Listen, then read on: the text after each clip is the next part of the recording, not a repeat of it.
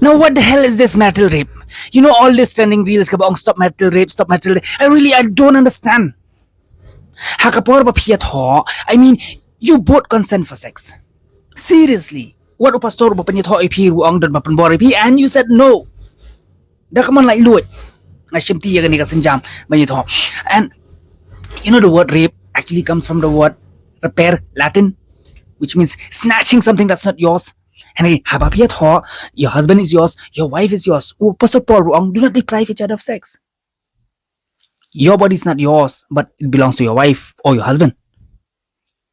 Henry, when your husband or your wife force you for sex, simply use a language that depicts that action. My husband, but it's not rape. Marital rape doesn't even exist. It's stupid.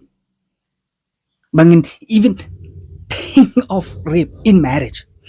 Henry, you know what should be more abusive? A sexless marriage. Depriving your husband or your wife of sex, that should be sexually immoral. That's sexual abuse. Think what you think.